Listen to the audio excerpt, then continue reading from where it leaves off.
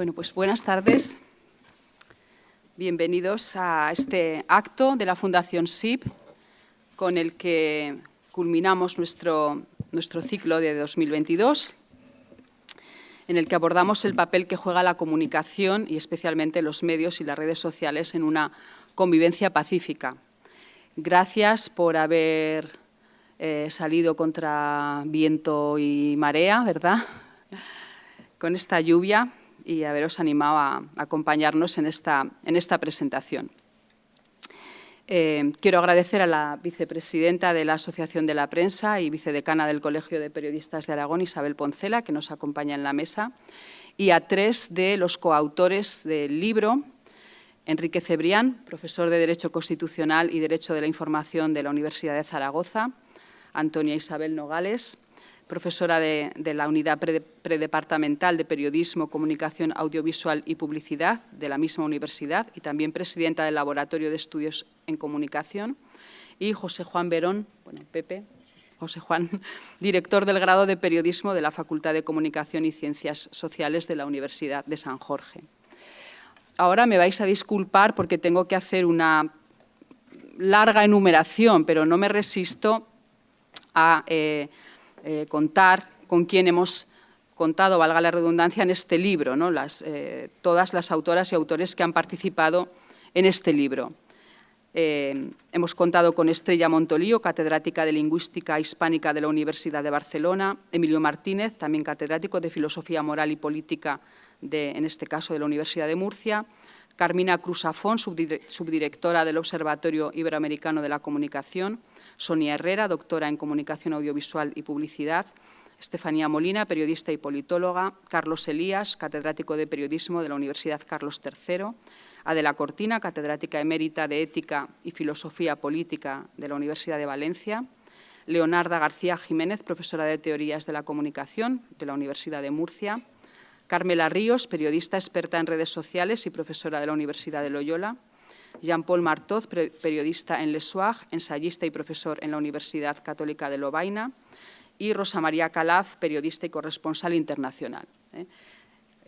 Conseguimos tener pues, un grupo de autores, de ponentes en su momento, que ahora se han convertido en autores de este libro, pues excepcional, y a todos ellos y a ellas pues muchísimas gracias. Les quiero contar que el ciclo que ha dado lugar a este libro forma parte de un proyecto más amplio en el que abordamos inicialmente la convivencia amenazada, anhelos y radicalismos, así se llamaba el ciclo y el libro, y posteriormente reconciliación, la reconciliación. El libro y el ciclo hablaban de tender puentes. Estos libros están a disposición de todos en la biblioteca de la Fundación SIP y también en nuestra página web. El hilo conductor que concluye con este libro, con el papel de la comunicación en los retos que tiene cualquier sociedad plural y compleja como es la nuestra, quería contribuir a ofrecer distintas perspectivas, reflexión, debate y también propuestas, que siempre es una línea que tratamos de cuidar, no solo reflexionar y debatir, sino que haya también algo de pedagogía, que haya propuestas. Algunas de las propuestas van a salir en el debate, el coloquio, el diálogo que vamos a tener hoy con los miembros de la mesa. Otras propuestas nos llevaron a plantear la cuestión de la educomunicación y organizamos nuestras jornadas de educación para la paz sobre este tema, o a conocer iniciativas de comunicación importantes en la democracia como decálogos, congresos, medios digitales, asociaciones de periodistas especializados. Todo esto fueron actividades complementarias del ciclo. El libro aborda, lo descubrirán pronto, cuestiones muy diversas.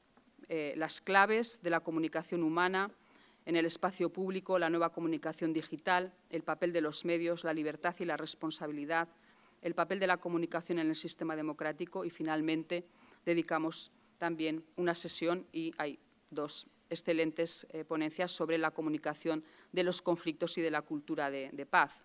El proceso que nos ha traído al libro pues, ha sido intenso y muy rico, y hemos disfrutado de estupendas ponencias y también de intensos debates. Y saludo a los miembros del SIP que nos acompañan hoy y que participan en estos misteriosos debates de los sábados por la mañana, que hablamos del debate del sábado por la mañana y para mucha gente pues quizás es curiosidad, ¿no?, de qué hablamos en esos debates. Bueno, los miembros del SIP que son habituales en estos espacios y que nos acompañan hoy. Los debates también se transcriben y estarán colgados en nuestra web, como lo están los de los ciclos anteriores. Sobre el libro, muy brevemente, para dar la palabra enseguida a los autores y a la vicepresidenta. Es una visión caleidoscópica, es un mosaico de piezas que juntas configuran una foto fija, una panorámica del estado de la cuestión, con dos grandes hilos conductores sobre los que vamos a hablar y sobre los que casi todos los autores han coincidido. Por un lado, la preocupación por la creciente polarización y el papel que en esta polarización juegan los medios de comunicación y las redes sociales, y por otra parte, la necesidad de defender el papel que la comunicación debe jugar en la democracia y en la sociedad. Bueno, no quiero terminar esta breve presentación sin agradecer a los periodistas de distintos medios que presentaron las sesiones. Fueron Sara Castillero, presidenta de la Asociación de la Prensa, Concha Roldán, colaboradora del Heraldo de Aragón, que está aquí, Nicolás Espada, el director del Periódico de Aragón, Eva Pérez Sorribes, directora de contenidos de Radio Zaragoza, María de Miguel, directora de medios de la Corporación Aragonesa de Radio y Televisión, Mario Gracia, director de Espacio 3 del Periódico de Aragón, y Paula Figols, periodista y miembro de la Fundación SIP. No solo presentaron los debates, sino que nos ayudaron a través de distintos encuentros que organizamos previamente a confeccionar pues, el programa que ha dado lugar a este libro. Al finalizar la presentación pueden recoger un ejemplar del libro, como viene siendo habitual, y los autores presentes pues, firmarán gustosos, imagino, a quienes lo deseen. Yo aquí tengo el mío preparado y en cuanto termine la presentación recogeré sus firmas. Bueno, sin más, vamos a empezar este coloquio. Estaba planteado como un diálogo y con la pregunta prometida, ¿no? Hablaba de esas dos cuestiones en las que todos los autores han coincidido. Por un lado, la preocupación por la polarización y, por otro lado, el papel que la comunicación debe jugar en la democracia y en la sociedad. Y la primera pregunta, que es para todos, el orden como queráis, es cómo valoráis la situación actual y la evolución de ambas cuestiones desde vuestros respectivos puntos de vista. Entonces, no sé quién quiere romper el fuego. Venga, va. Isabel, muy bien. Estaba a punto de hacer como yo, cuando era profe. Que soy la única que no he escrito de los cuatro en este libro. Bueno, en primer lugar, muchísimas gracias por haberme invitado a la presentación de este libro, que leeré con fricción. De verdad, porque me interesa mucho. Yo creo que en representación del colectivo de periodistas de Aragón creo que es muy interesante porque sabemos todos cuáles son los problemas de esta profesión, pero caminar hacia los diagnósticos, o sea, hacia las soluciones de ese diagnóstico, pues es muchas veces complicado y a la vista está, ¿no? Y efectivamente, los medios reproducen, yo creo, lo que sucede en la calle y lo que está sucediendo, y en las tribunas, y en los púlpitos, y en los congresos, y en las instituciones. Y en este momento, como espejo de la sociedad que somos los medios de comunicación, están reproduciendo también esos discursos del odio que en tiempos estaban escondidos y que ahora han encontrado esos púlpitos, esas televisiones y esos focos, y ese discurso del odio se ha impregnado también del trabajo de los medios de comunicación, que está generando una crisis de credibilidad brutal entre la profesión periodística, en la que me consta hay excelentes profesionales, como en Botica hay de todo, evidentemente. Está generando esa crisis de credibilidad a la que me refería, aupada también por eso que hemos oído tantas veces, bulos, fakes, medias verdades, que en realidad una media verdad es una mentira entera, porque si de una verdad ocultas una parte, pues te estás cargando ese pozo de veracidad, ¿no?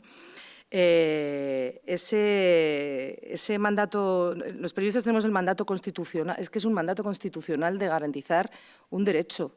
Y yo creo que lo ponemos un poco encima de la mesa. Ojo, somos los garantes de un derecho de la ciudadanía a recibir información veraz. No todos los periodistas, ni todos los medios de comunicación, ni todas las redes sociales, ni todos los Facebooks, ni Twitters, ni grupos de WhatsApp proporcionen esa información veraz a la que, insisto, la Constitución española nos mandata. Y eso es un gran poder que conlleva una gran responsabilidad que a veces ejercemos bien y a veces ejercemos mal. Yo siempre que estoy en foros en los que me toca hablar de periodismo, me gusta hacer este ejercicio de autocrítica porque sé que muchas veces esa crisis de credibilidad tiene fundamentos, pero otras muchas veces no, se tiñe de que parece que todo lo que circula por las redes es periodismo y es información y nada más lejos de la realidad. Hablábamos de polarización y yo creo que también que a veces se nos olvida que el papel de los medios para garantizar ese derecho no tiene que ser equidistante. La equidistancia es una falacia horrorosa que a mí me parece lo peor del mundo.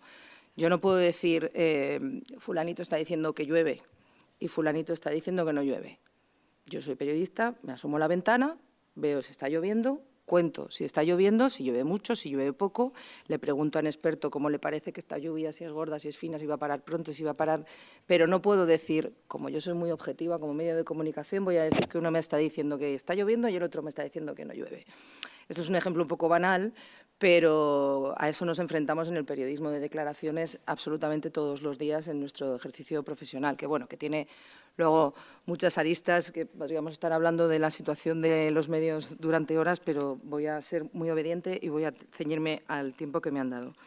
Entonces, es tanto como tomar partido por la justicia social, ¿no? No puede ser que el periodismo diga no, yo no soy feminista, no, yo no soy ecologista, no, yo no, a mí los problemas de los vulnerables me pasan de largo y no. Como garantes de ese derecho y como defensores de los derechos humanos, el periodismo no puede equidistar en este tipo de cosas que tienen que ver con los valores y con el derecho humano más elemental, ¿no? A la igualdad, a la justicia y a la igualdad de oportunidades, de hecho, ¿no? Una sociedad bien informada, basándose en estas premisas, es mucho más libre y, sobre todo, para conseguir la justicia social, es mucho más capaz de tomar decisiones, porque sin información y sin datos veraces, contados con honestidad y basados en la realidad, a la gente le faltan mimbres para hacer sus cestas, le faltan datos para tomar decisiones que afectan a todos los ámbitos de su vida más directa, su vida económica, su vida social, pero también su vida relacionada con el ocio, su vida relacionada con la cultura y su vida relacionada con el futuro, ¿no? Y de ahí radica también parte de la importancia de los medios de comunicación para conseguir esa justicia social que tiene que ver con la igualdad basada en la toma de decisiones, ¿no? Este objetivo de hacer del periodismo un igualador social es un reto estupendo que imbrica también, estoy así mezclando un poco cosas en una primera intervención, que tiene relación también con la propiedad, ¿no? Y de los medios de comunicación y con la importancia de los medios públicos. No será porque yo trabajo en uno de ellos, pero creo que son los medios públicos son una garantía estupenda para garantizar esta igualdad en el acceso, ¿no? a la información que debe tener la ciudadanía para garantizar esa justicia, para estar bien informados sobre cosas sobre las que tienen que estar bien informados y que no merecen equidistancia, y para superar ese concepto de vulnerabilidad informativa. Otra cosa ya es hablar de cómo se gestionan esos medios de comunicación públicos, de qué intereses partidistas tienen que ver. Luego podemos hablar también de los intereses económicos que están detrás de los grandes grupos mediáticos de comunicación privados. Y igual la necesidad de una legislación que garantice que los cargos directivos de estos medios pues cumplen una legislación que igual debería ser modificada para garantizar estos derechos. Y ya dentro de, como creo que ya me voy a pasar, ya el tema de lo que vale hacer periodismo y lo que la gente está dispuesta a pagar por el periodismo de calidad, que no son esos bulos, esos fakes y esas WhatsApps que nos saltan en los teléfonos, de eso ya hablaré en la próxima intervención. Gracias.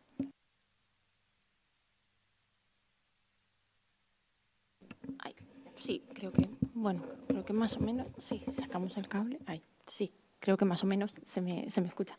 Bueno, pues buenas tardes a todos. Muchas gracias a todos los que estáis aquí, que la verdad tiene mérito teniendo en cuenta la tarde que se nos ha puesto, ¿no? Yo creo que la primera pregunta, ¿no? Y la pregunta que lanzaba Luna sobre comunicación, convivencia, que bueno, que es un poco la idea general también del libro, del ciclo y de todas las conferencias que ha habido y de todas las actividades que ha hecho el SIP últimamente. Creo que está muy atinada la pregunta en cuanto a la polarización, ¿no? En cuanto a la radicalidad también de los discursos. Yo creo que ese es uno de los problemas fundamentales. O sea, se han apuntado aquí, lo apuntaba Isabel, muchas cuestiones que yo creo que están todas ellas muy relacionadas, ¿no? La precariedad de los periodistas, la pérdida de credibilidad, la pérdida de confianza de la sociedad en los medios, el mal entendimiento por periodismo de cosas que no lo son, la falta también de confianza que incluso se estimula, lo estamos viendo estos días, se estimula desde algunos mandos políticos incluso la deslegitimación de los medios públicos. Lo estamos viendo ahora mismo, tenemos un ejemplo bastante claro con el tema del debate electoral. Que se va a producir en un medio, previsiblemente en un medio privado y no en un medio público. Yo creo que bueno, este tipo de cosas nos tienen que hacer pensar o nos pueden llevar a reflexionar. Creo que todos esos elementos interactúan y sirven para que intentemos entender un poco el complicado entorno en el que se sumen ahora mismo los medios de comunicación y la comunicación de masas. Y creo que uno de los principales peligros para la convivencia en lo relacionado con la comunicación son los discursos polarizados y los discursos radicales y la radicalización del discurso. Creo que es uno de los problemas fundamentales porque la verdad es que no solamente alienta los discursos del odio, que evidentemente es así, sino también nos sitúa en extremos e imposibilita una convivencia real. Es decir, es que la imposibilita porque, entre otras cosas, vemos al otro como el diferente, como el que no tiene nada que ver con nosotros, imposibilita también la empatía, que creo que luego pues hablaremos de eso, ¿no? Intentando ver un poco cómo podemos también intentar aportar soluciones o vías de solución. Creo que uno de los principales peligros es ese, el del discurso polarizado, que es en parte un reflejo de la sociedad y en parte un estímulo negativo hacia esa sociedad.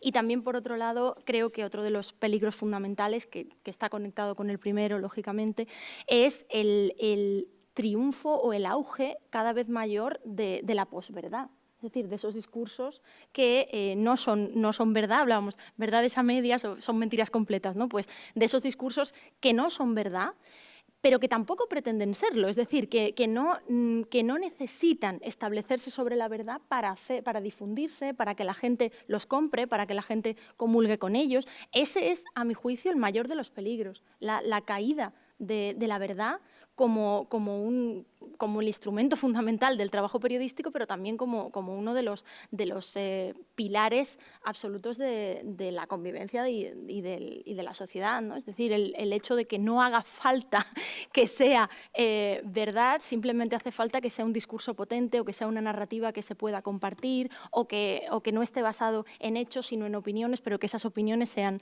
viralizables y sean, como decía, pues comprables, ¿no? por parte de la sociedad. Yo creo que ese es uno de los peligros fundamentales a los que nos enfrentamos hoy en día, la pérdida además de la credibilidad, la pérdida de la verdad, la pérdida de la necesidad de búsqueda de la verdad.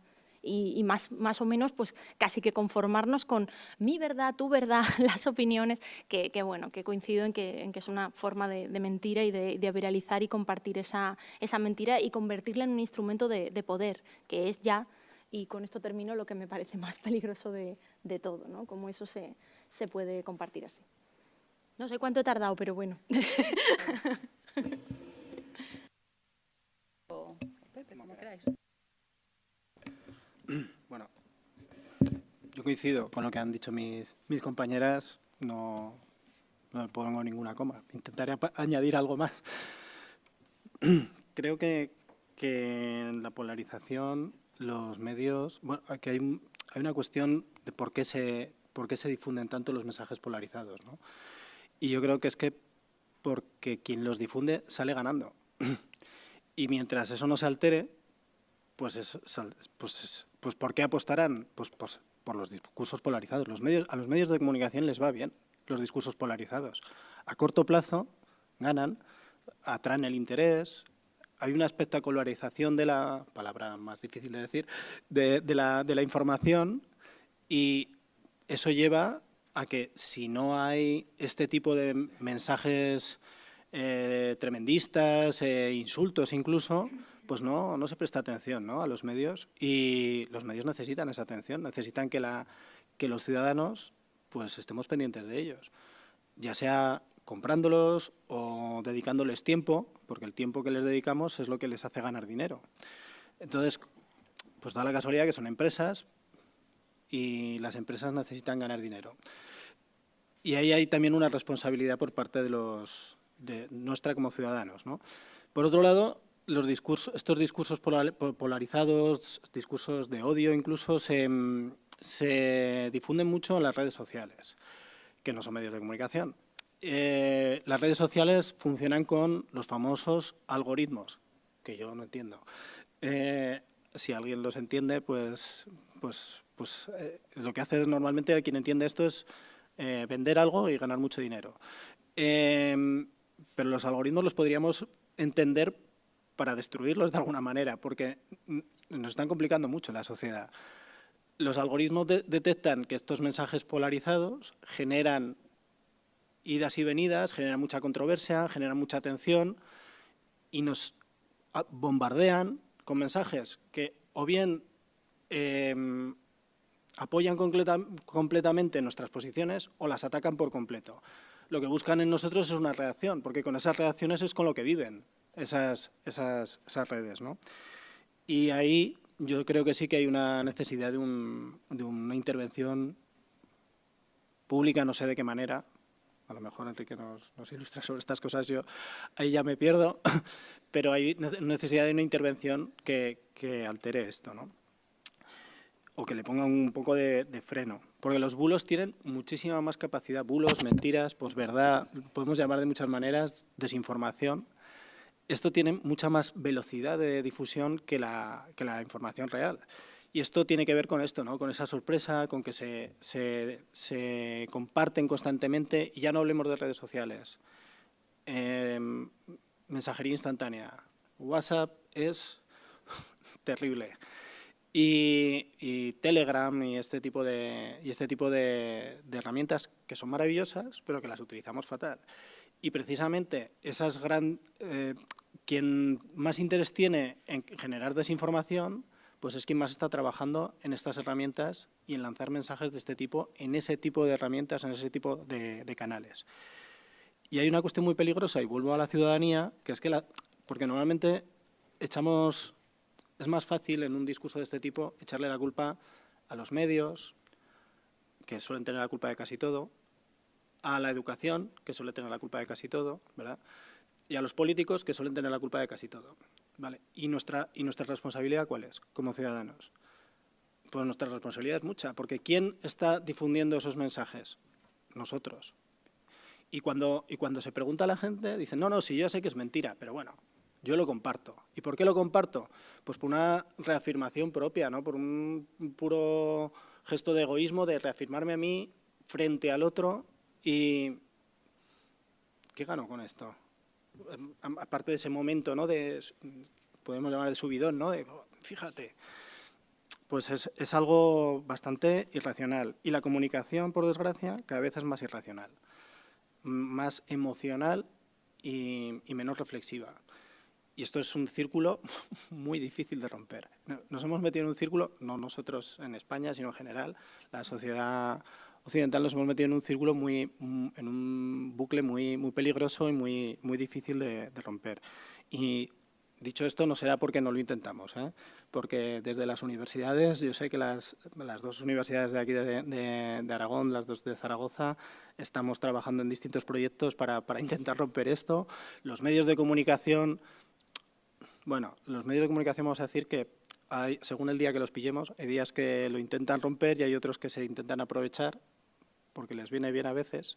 Entonces, no todos son iguales, evidentemente, pero están ahí. Es una situación un poco compleja porque el clickbait también es parte de esto y es algo que les viene muy bien. Así que, bueno, pues decía Luna, si somos optimistas, yo no soy muy optimista, pero tampoco soy un pesimista del todo, si no estaría metido en una cueva llorando, ¿no? Y bueno, estamos aquí luchando y cuando uno lucha y cuando uno pelea, significa que por lo menos un poco de esperanza le queda, ¿no? Tampoco sé si me ha ajustado o no. Llévanos bien, por favor. Vale. Bueno, pues buenas tardes. Muchas gracias por la invitación y gracias a todas las personas que habéis venido esta tarde. Bueno, yo estoy aquí un poco infiltrado porque soy el único no periodista de la mesa. Bueno, pero...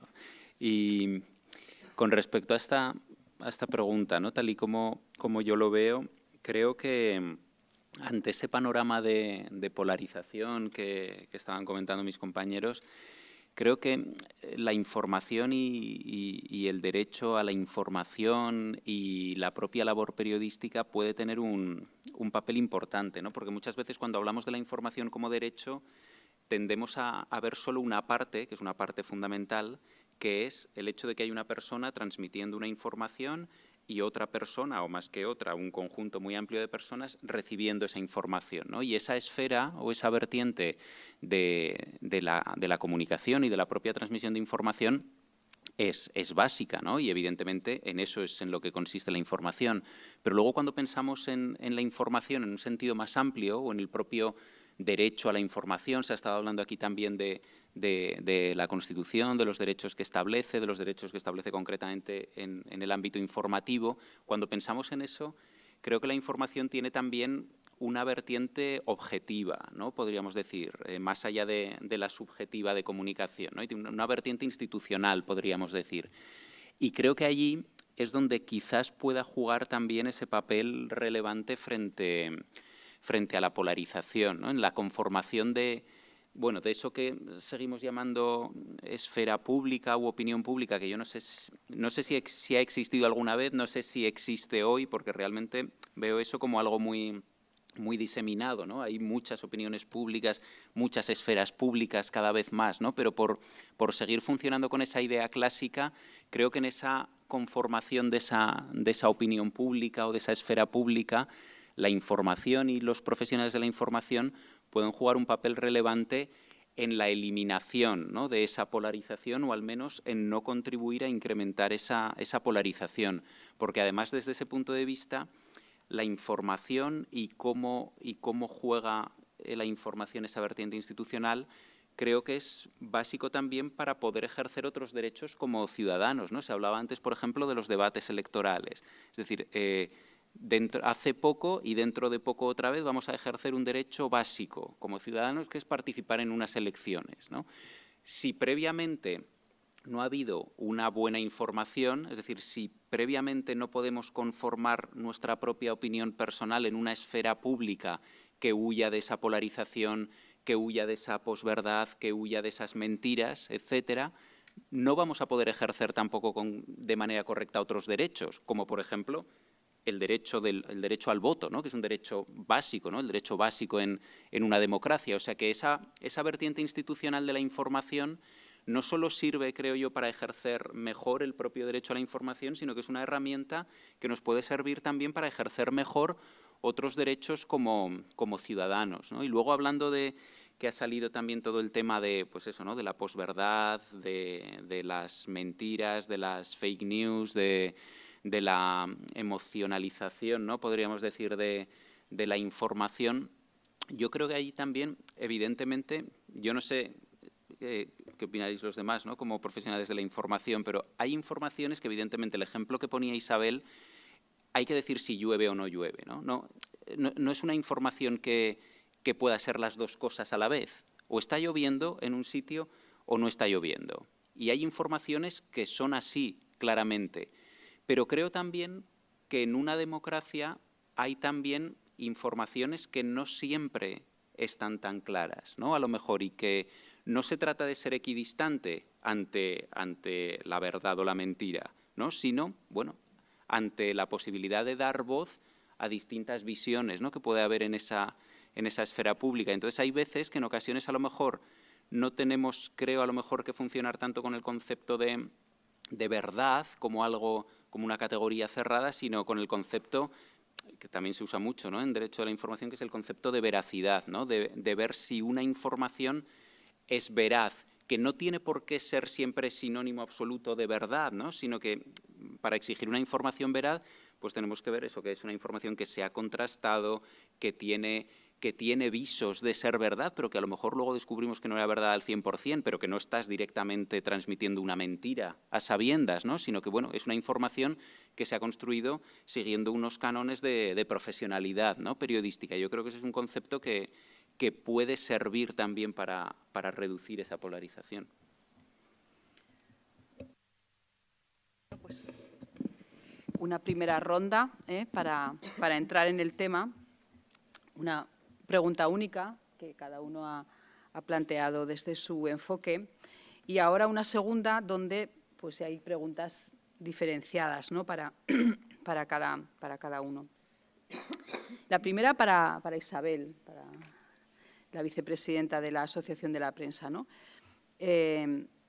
Desde esa atalaya que es la Asociación de la Prensa, ¿no?, y esa mirada amplia que me imagino que tenéis respecto a la profesión y al contexto, ¿qué diagnóstico hacéis, ¿no?, del momento y qué buenas prácticas identificáis? Porque queremos también que el foco ilumine los problemas y las dificultades y lo que no funciona tan bien, pero que también ilumine lo que sí funciona bien, ¿no?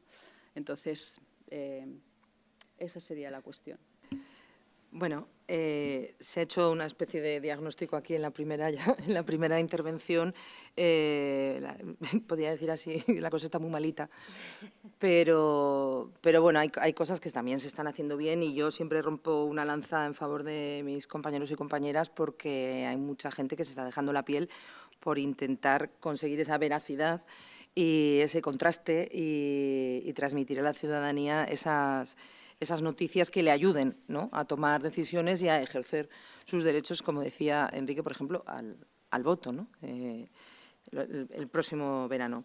Se requiere mucha valentía también para poner encima de la mesa estas amenazas de quien quiere decir su media verdad porque le beneficia y ocultar la parte que le perjudica. Y eso entronca, insisto, como he dicho antes y como también se ha puesto aquí sobre la mesa, sobre la propiedad, ¿no?, de los medios de comunicación y sobre lo que cuesta hacer periodismo. Porque parece que después de la revolución digital, que todo tenía que estar al alcance de todos en cualquier plataforma y nada de pagar por la información. A mí esto sabiendo en nuestras propias carnes lo difícil que es contrastar, buscar datos, ir a la calle, dar contexto, que el contexto también me parece que es muy importante hablar, porque no es lo mismo dar una información con los 4 datos que tenemos hoy si no te refieres a lo que pasó en la legislatura pasada, en quién fue el que modificó esta ley y si hoy el PP se ha opuesto porque lo apoyó entonces y que ha cambiado. Todo eso que es lo que genera el contexto de las informaciones, también es muy importante. Y todo eso requiere mucho tiempo, mucho esfuerzo y dinero, porque los periodistas tenemos la mala costumbre de querer comer también. Y esa especie de mito de que todo lo que hay en Internet tiene que ser gratis, pues me parece que tenemos que, como periodistas, poner en valor nuestro trabajo y exigir que se pague por ello, ¿no? Eso me parece, y es una de las cosas que siempre que tenemos ocasión como asociación de periodistas de intervenir ante la sociedad, lo ponemos encima de la mesa. Se están haciendo iniciativas de verificación muy importantes desde medios de comunicación. Habréis oído hablar todos de Maldita, de la agencia EFE mismo tiene EFE Verifica, pero como bien decía Pepe antes, echar un bulo a rodar cuesta 3 minutos, iba a decir, no, 3 segundos. Que se reproduzca cuesta 10 y desmontarlo y buscar datos que lo desmientan y que luego eso se reproduzca a la misma velocidad ya es casi imposible. Pero bueno, hay medios de comunicación que están haciendo estas iniciativas de verificación que me parecen interesantes. Hablaba de que es necesario concienciar sobre la necesidad de pagar por el buen periodismo. Entronca esto también con el papel importante de los medios de comunicación públicos para garantizar que toda la ciudadanía tenga acceso a una información veraz. En la APA hemos puesto en marcha un programa de alfabetización mediática en los institutos que pretende dar pautas a docentes y a alumnado sobre cómo enfrentarse a los medios de comunicación. Ha sido un programa piloto pequeñito que se ha puesto en marcha de momento con unidad didáctica en 3 institutos de forma piloto, uno en cada provincia de Aragón. Nuestra intención es que se extienda al resto de institutos en próximos años. Vamos a ver, se ha quedado esto un poco en el limbo, porque siempre que hay cambios de gobierno, pues no sabemos qué es lo que va a suceder con los proyectos en marcha, pero vamos, está dando muy buenos resultados y es una manera de introducir a los críos y a quienes les tienen que formar, que eso es muy importante también en este tipo de cuestiones. Queremos hacer ver a la sociedad que el mensajero no es tampoco el enemigo, que hay algunos que no hacen bien su tarea, como decía antes, también habrá panaderos que hagan un pan horroroso, pero que el mensajero no es el enemigo. Entonces, quitar un poco deshacernos un poco de esa visión de malos que se nos pone encima. Colaboramos con asociaciones y con entidades de la sociedad civil para intentar trasladar esos mensajes de la manera más adecuada posible. Hicimos hace no mucho una guía sobre cómo informar, guía para el tratamiento mediático, se llamaba, de las migraciones, porque las palabras que eliges para hablar y las imágenes que eliges para ilustrar las informaciones importan mucho y pueden hacer mucho daño y sesgar mucho la información cuando se trata de cosas tan delicadas como es la migración, y teniendo en cuenta este discurso que desde algunos sectores se está imponiendo acerca de las personas migrantes. Y también hemos hecho jornadas para informar sobre la violencia machista, sobre la violencia en general contra las mujeres, una guía para hablar de una cosa que está muy en boga, salud mental y suicidio, ¿no? Porque también muchas veces metemos la pata al informar de determinadas cosas sin saber, porque no tenemos el conocimiento de los expertos sobre cómo puede afectar lo que nosotros decimos o contamos en las personas que sufren determinados problemas, ¿no? Y bueno, todo esto en un contexto, ya acabo con esto, de precarización. Ahora viene la parte de mi llorico, de precarización, de plantillas supermermadas, de necesidad de llenar cuantas más páginas y alcanzar cuantos más clics y llegar a todo el mundo el primero, en un contexto de presiones políticas y empresariales horroroso. en un contexto de gabinetes de comunicación que son los que trasladan esa información de partidos e instituciones, gabinetes de comunicación sobredimensionados, que compiten un poco con el propio trabajo de los periodistas, y ahí estamos desde la asociación intentando, desde el colegio intentando denunciar todo lo que podemos con el poder que nos da ser una asociación en realidad de profesionales sin mando sindical ni nada por el estilo, pero bueno, contentos. Pepe forma parte de la junta directiva conmigo y intentando, pues eso, recuperar esa credibilidad perdida y ejercer en el fondo bien nuestro trabajo porque nos debemos a la ciudadanía. Pues ahora, Enrique, en tu capítulo, ¿no?, de este libro, que abordas cuestiones éticas y jurídicas que se entremezclan, ¿no?, cuando hablamos de libertad y responsabilidad en la comunicación. ¿Nos interesa más la libertad de prensa que el derecho a la información? ¿Nos preocupa más una cosa que otra? ¿A qué obstáculos se enfrenta ese derecho en este momento? ¿Y cómo puede entrar en contradicción con derechos a la privacidad, al olvido o a la difamación, ¿no? Esas tensiones, ¿cómo las analizas?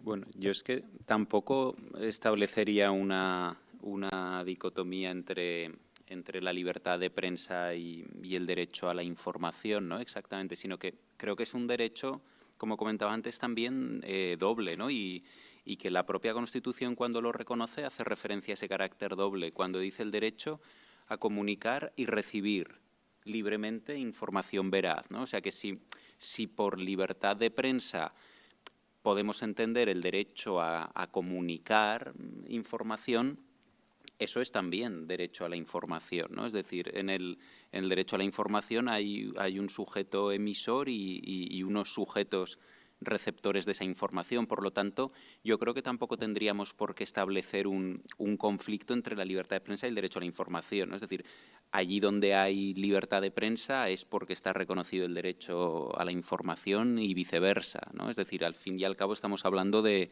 lo mismo, de un solo derecho y pudiendo hacer hincapié, ¿no?, en la perspectiva de uno u otro de los sujetos de esa comunicación, pero al final estamos hablando de lo mismo, creo yo. Y luego también es cierto que puede, y que de hecho entra en conflicto con otros derechos, ¿no?, que es como comentas. Y eso es interesante también y bueno, y es básico en una sociedad democrática. Es decir, los derechos que tenemos reconocidos no son derechos ilimitados. Es decir, esto no quiere decir que no sean importantes, que no deban defenderse, pero cada uno de los derechos que tenemos reconocidos en la Constitución tiene límites, ¿no? Aunque solo sea por la propia convivencia con otros derechos, ¿no?, que están reconocidos con la misma importancia y en pie de igualdad a ellos en la propia Constitución también, ¿no?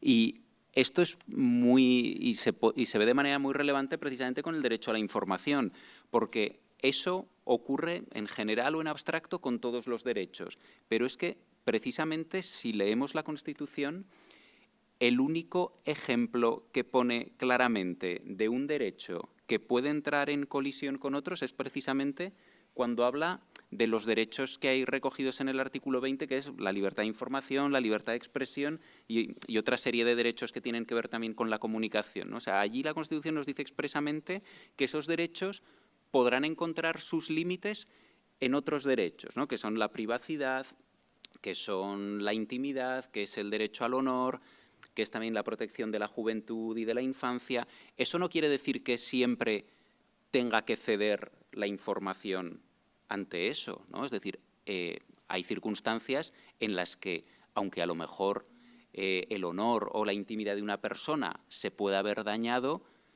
vamos a tener que primar como sociedad la información. Y hay otras que no, que a lo mejor no. Es decir, luego en cada uno de los supuestos podríamos decir que hay que ir caso por caso y bueno, y luego estos son conflictos reales que llegan a los tribunales, ¿no?, en el día a día, ¿no?, y que un juez cuando se encuentra con eso tiene que dar una solución y la solución es poner en una balanza uno u otro, y hay unas circunstancias en las que pesará más uno y otras en las que pesará más otro, ¿no? Es decir, la información, como decía antes, es un derecho y un elemento básico en una sociedad democrática, pero eso no quiere decir que siempre, en todos los casos y a toda costa tenga que primar eso. A lo mejor tenemos que primar el derecho a la intimidad de un niño de 6 años, por ejemplo, ante determinada información. Eso no quiere decir que seamos una sociedad menos democrática, ¿no? A lo mejor estamos siendo una sociedad más democrática al proteger esos derechos de la infancia, que en ocasiones tienen que ser un límite a la información. O sea que sí que es cierto que la información puede encontrarse con límites y que de hecho se encuentra con límites. Y luego incluso si vemos, pues por ejemplo, la jurisprudencia del Tribunal Constitucional, bueno, soy de derecho por si no se ha notado, ¿no? Pero todos los recursos de amparo que se han ido planteando desde la aprobación de la Constitución, yo creo que gana la medalla de oro de las sentencias que ha tenido que dictar el Tribunal Constitucional en conflictos entre derechos, los que tienen que ver con el derecho a la información y alguno de estos otros derechos. Hay infinidad de sentencias desde el año 79 que empieza a funcionar el Tribunal Constitucional, de casos que han llegado incluso en un recurso de amparo hasta el Tribunal Constitucional, que es un conflicto de estos derechos. O sea, que estos conflictos son reales y se producen en el día a día. Y como sociedad democrática pues tendremos que dar unas soluciones u otras según los casos. Gracias, Enrique. Ahora, Toñi. Bueno, tu artículo se centra en los condicionantes de una información independiente, ¿no? de este conjunto de PES, propiedad, política, publicidad, públicos, producción y periodistas. ¿Hay alguno de ellos que tenga más peso que los otros? ¿Cuál tiene mayor protagonismo? Y cómo se relaciona, ¿no? ¿Cuál es un poco su complejidad? Pues esta es una teoría que esbozó mi director de tesis, el catedrático Ramón Rey, hace ya muchos años. No tantos, hace ya años, pero que creo, sí, además porque me viene muy bien recordar que no hace tantos, me lo digo yo a mí misma. Pues, pero es una teoría que tiene ya años, pero que creo que se sigue ajustando perfectamente a la situación actual, porque aunque el sistema de medios ha cambiado y han cambiado muchas cosas y la revolución digital explica muchas cosas y las redes están muy presentes y demás, al final sigue habiendo un suministro informativo por parte de los medios de comunicación. O sea, eso es así. Aunque hay mucha gente que ya, sobre todo de nuevas generaciones, se informa cada vez más a través de las redes, y esto es así, pero muchas veces esos mensajes que se difunden a través de las redes pues vienen de una manera o de otra condicionados por la información mediática en general, ¿no? Con lo cual yo creo que es una teoría que sigue estando muy presente, sobre todo para entender, a mi juicio, el sistema mediático, ¿no? Y los condicionantes de ese sistema. Y en este sentido, pues esos seis elementos, ¿no? Yo creo que, como decía, siguen condicionando absolutamente el sistema de medios y el periodismo. Casi que están, a mí no me gusta decir cuál estaría por encima de otros, pero casi que están ordenados. O sea, casi que podríamos decir que en ese orden que dibujabas tú de propiedad, política, publicidad, yo creo que más publicidad que política seguramente, publicidad, política, públicos, producción y periodismo, periodistas, casi que sería el orden que yo situaría en cuanto a cómo afecta al producto final que consumimos. Creo que la cuestión que más condiciona o la cuestión más determinante, por así decir, sería la de la propiedad. Obviamente cuando estamos hablando de medios de comunicación de carácter privado, claro, en otro tipo de medios pues no sería así, pero en el caso de los medios privados, que son la inmensa mayoría de los medios que nos informan, pues sí que sería, a mi juicio, el condicionante mayor, porque es un elemento que condiciona la agenda de los temas que se cubren, es un elemento que condiciona también cómo se van a cubrir y que condiciona también muchas aristas que puede tener la información, ¿no?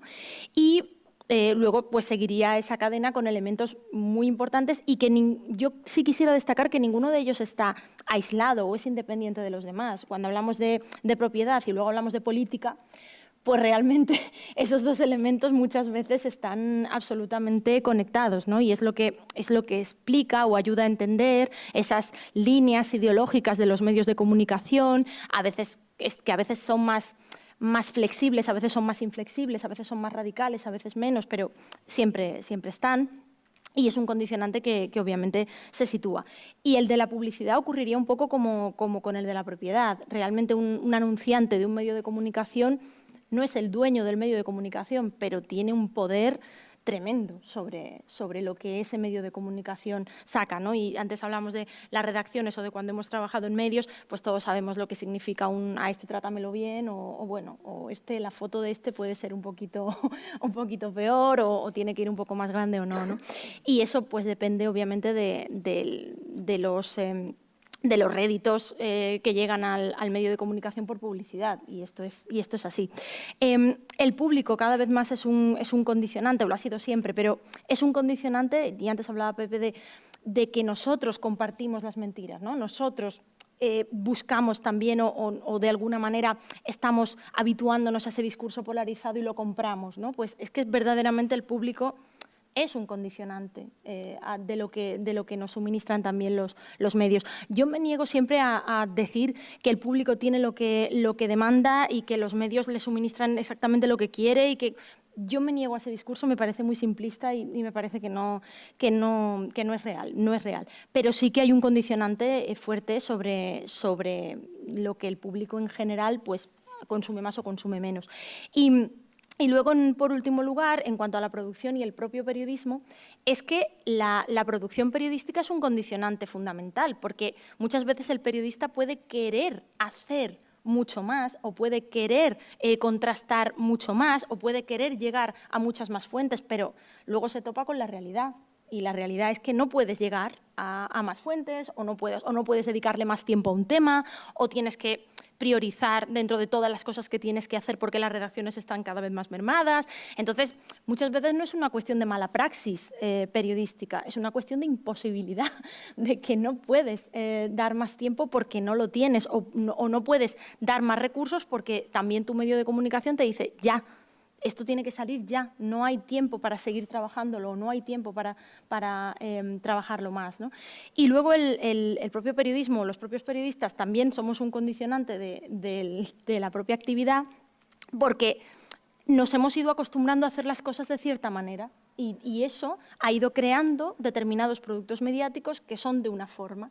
Y de alguna manera, pues nosotros también, cuando enseñamos a los nuevos periodistas, pues reproducimos algunas de esas prácticas y a veces son prácticas estupendas y fantásticas y otras veces, pues, por la propia deformación de la actividad, pues se han ido maleando quizás un poco. Yo creo que todos obviamente son condicionantes importantes, destacaría en primer lugar el de la propiedad y creo que por ahí seguramente Pepe seguirá porque él trabaja mucho ese tema. Pues por ahí vamos, Pepe. Sí, una dimensión esencial, y a eso te dedicabas también en tu artículo, es la cuestión de las empresas de comunicación, el control de los medios por grandes grupos económicos, ¿no? Y la pregunta es cómo afecta el trabajo de los periodistas y, en la medida que los medios construyen la realidad, o una parte, o contribuyen, ¿no?, a construir la realidad que nos rodea, y lo que no sale en los medios, pues parece que no existe, ¿no? Pues ¿qué aspectos consideras que se están invisibilizando, ¿no?, en la actualidad? Bueno, son como tres cosas distintas, ¿no? Por un lado, el tema de la propiedad. A ver, a nivel mundial, el 90% de los medios importantes en el mundo están en manos de 4 o 5 grandes conglomerados, no es más, ¿no? Luego tenemos el condicionante de que además los medios, en su versión digital, que ya es la mayoritaria, da igual que hablemos de prensa, de radio, incluso casi muchas veces de televisión, ya va todo por digital, pero eso va a través de unas plataformas, que también están en manos de muy poquita gente, buscadores que estén en manos de muy poquita gente, y todo eso condiciona. Y al final unos poquitos condicionan mucho lo que vemos todos. Esto está llevando a que ha habido... Los procesos de concentración de medios no son de ahora, vienen de muy lejos, llevan muchas décadas en funcionamiento, y esto tiene que ver con que, bueno, lo decía Isabel antes, ¿no? Hacer información cuesta mucho dinero. Bueno, los periodistas nos pagan mal, pero nos siguen pagando algo, ¿no? Y cuesta dinero. Luego hay medios técnicos, bueno, hay medios que son más caros que otros, ¿no? Pero bueno, esa concentración de medios se ha ido dando. Y al final lo que tenemos es que en un momento en el que hay muchísima comunicación en cuanto a volumen, cuando uno rasca un poquito, se da cuenta de que todo es igual. O sea, las noticias son todas iguales, las fotos son todas las mismas, los testimonios son todos los mismos. Da igual, ¿cuántas veces hemos ido a un kiosco, los que todavía vayan al kiosco, y la portada de los de los periódicos, es prácticamente igual? Tiene la misma foto, un titular muy parecido. Es verdad que luego hay diferencias, pero esa primera impresión, dices, ostras. Y esto tiene que ver con lo que estábamos hablando, pero también tiene que ver, bueno, estamos hablando porque en cosas muy fundamentales los medios, aunque tengan distinta línea editorial, tampoco discrepan, ¿eh? Ojo, que cuando estamos hablando de las cosas verdaderamente importantes, pues al final los grandes grupos de inversión y tal están metidos en todos los conglomerados mediáticos y no se van a mover mucho de una determinada línea.